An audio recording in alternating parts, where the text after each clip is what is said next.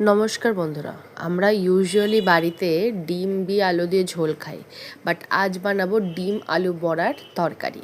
চলুন দেখে নিই কী কী লাগবে। স্ক্রিনে দেখতেই পাচ্ছেন যে আমরা আগে থেকে সমস্ত উপকরণ রেডি করে নিয়েছি। টমেটোর পিউরি থেকে শুরু করে গুঁড়ো মশলা, আদা, পেঁয়াজ, রসুন বাটা।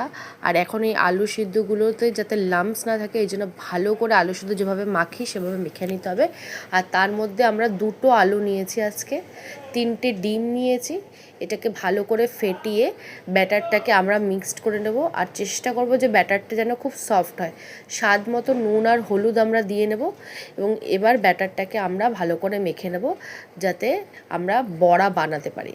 কড়াইতে সামান্য তেল দিয়ে দেখে নেব যে তেলটা গরম হয়েছে কিনা।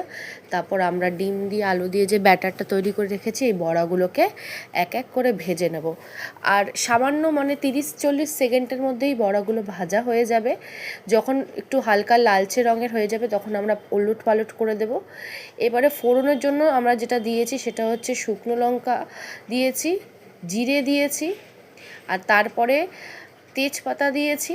আর মশলাগুলোকে এক এক করে কষানোর পরে আমরা দিয়ে দিয়েছি সমস্ত রকমের গুঁড়ো মশলাগুলো, যেটা করা ছিল সেটাকে জল দিয়ে পেস্ট করে নিয়েছি। পেস্ট করার পরে আমরা যখন মশলাটা কষে উঠবে, কাঁচা ভাবটা যখন চলে যাবে, মিডিয়াম ফ্লেমে কষাবো।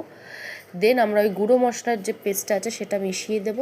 সেটা মেশানোর পরে যখন ওটা আর একটু কষে উঠবে তখন তাতে আমরা দিয়ে দেবো টমেটোর পিউরিটা, যেটা আমরা আগে থেকে মিক্সিতে বানিয়ে রেখেছিলাম।